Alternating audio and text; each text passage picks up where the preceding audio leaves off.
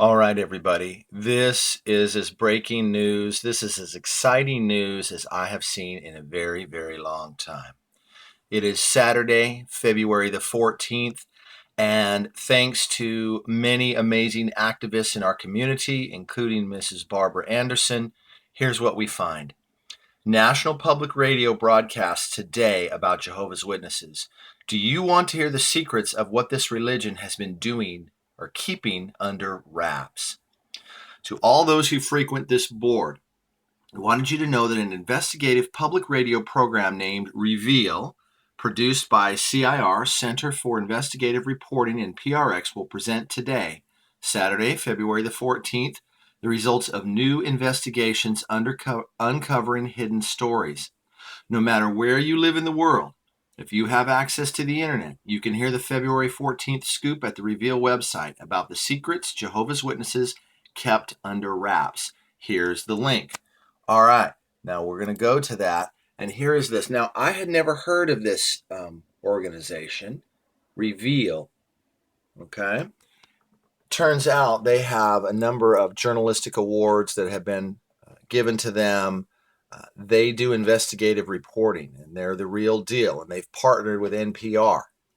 So the title of this scathing article, Jehovah's Witnesses use First Amendment to hide child sex abuse claims. Now, I'm going to put this description up all over this video. You have to read this if you are interested in what is going on in the world of pedophilia and what is going on in the world of these lawyers and others that are finally trying to get Watchtower to change its damaging policies. There's Miss Candace Conti, very brave lady that has been continuing to fight. There's a 20-minute audio piece that they have done. And this article, this research that they did, the lead reporter, his name is Trey Bundy. Thank you, Mr. Trey Bundy. Trey has spent 9 months working on this story. Apparently, a big stack of documents were sent in, and they have been working on that since then. All the secret elders' letters on this stuff, these disgusting cover-ups, it's all here. Now, what I'm saying is to me, this is as big, or simply easily could be as big as the NBC Dateline story that hit back in the 90s. This is enormous. We want to share this link to this article with as many people as we can. Facebook, email, text it to every JW you know. Email it to every JW you know. If you can do that, if you still have any kind of lists of these folks, send it under an anonymous email address if you need to. But we got to get this out. And of course, the media, Richard Kelly with AWA is working to get this out. My friend Cedars, all these different people. There's lots of ones that are just have a lot of weight in the activist community, and we're all working really hard to get this out. This is the most powerful thing I've seen exploding open Watchtower in a long time. Here's a quote from Erwin Zalkin, hardworking attorney for many of these abuse survivors. You come to us first. Don't tell anybody. You don't warn parents in the congregation. We'll decide what happens here. That's their policy, Watchtower policy. To stonewall, to even take a hit.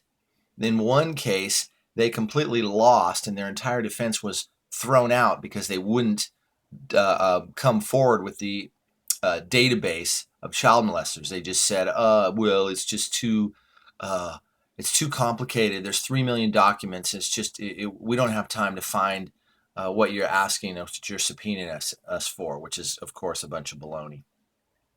It goes on. There's links to a very important deposition by Richard Ash. Ash. Oh, that's a Freudian slip there. Richard Ash, who is an apologist for Watchtower, works for them. He doesn't have to drop any bombs, so he thinks he can be, not be culpable. He just helps build the bombs to protect these creeps like Kendrick and all the rest. So that deposition, very important if you haven't watched it yet. Many of us already have. It's very revealing. This is a very, very comprehensive article. Here's a Watchtower letter to bodies of elders or memo.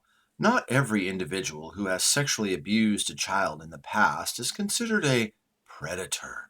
The Watchtower, not the local body of elders, determines whether an individual who has sexually abused children in the past will be considered a predator. Yes, so no one is allowed to know if you have one of these creeps in your congregation. No one is allowed to know except the service committee and just this the elders, and usually not even all the elders sometimes know. They keep it secret. They continue to cover it up, and this is as recent as 2012. It just goes on and on. They know all the dirt, or a lot of it anyways, on this. Silence on confessed abuse. Elders are expected to collect detailed information on child abuse within congregations on a form that is later sent to the Watchtower. What was the age of the victim, et cetera, et cetera. Notoriety in the community, that's a huge thing, right? If nobody knows about it, well, then it's okay. Now, here's the abuser that's abused a number of witness kids and probably other kids, and also abused Mrs. Conti. So there he is admitting that he's a molester. And now he's moved 60 miles north to Oakley, California, where he has joined the local congregation, struck up a courtship with a recently widowed witness named Linda Hood.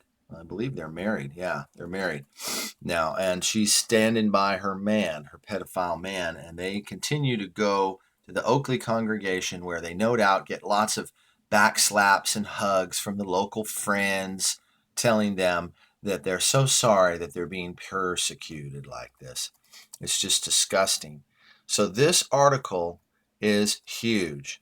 It's chronicling what's been going on in the last couple of years with all these legal battles, one after another. And of course, Jonathan Kendrick, known sex abuser, the Candace Conti case. Here's one of the elders that helped cover up and protect this creep, Michael Clark, deposition. Then also they deposed Watchtower high up flunky apologist Alan Schuster, which I must confess I know personally. And when I was at Bethel, I knew the man. And you know what? Shame on you, Al. Shame on you for doing this, because I know you, and you are not. This is not you. This is your cult self. This is you saving your butt because you're so high up in it now. It just makes me sick. What does Marcy think about this? What does she think about what you're doing, Al? If you're watching this, man, just come clean. Alan Schuster, high up in the service department of Watchtower, Wrights Kingdom Ministries, etc. Al, you could defect. You could be the first to come out publicly and denounce this whole thing for what it is. Will you do it, Al? I got to try to contact you some other way, Al. It's been a while since we've talked, a few years, but it's just not right. This is just the sickest thing. I'm sick to death about this, but all I can say is this is a good thing to shine a light on what is going on in the disgusting corporate world of Watchtower and their sham religion, the Jehovah's Witnesses, who are individual members are just cannon fodder for them, and they're just McNuggets to them, and that's all they are. So please spread the word on this. This is breaking news. I am certainly not going to be the only one to report on this. There's going to be a lot of YouTubers and a lot of bloggers are going to make this prominent. So it starts now. Oh, also this Monday, that would be the 16th, there is going to be at 6 p.m. on PBS, there is going to be a show where they're going to have a segment about the witnesses and about this stuff. So there'll be more to come then, and I hope to report another one of these breaking news videos about it. Thanks for paying attention to this, and let's do what we can to take advantage of this and help people see what this damaging, disgusting organization is really doing.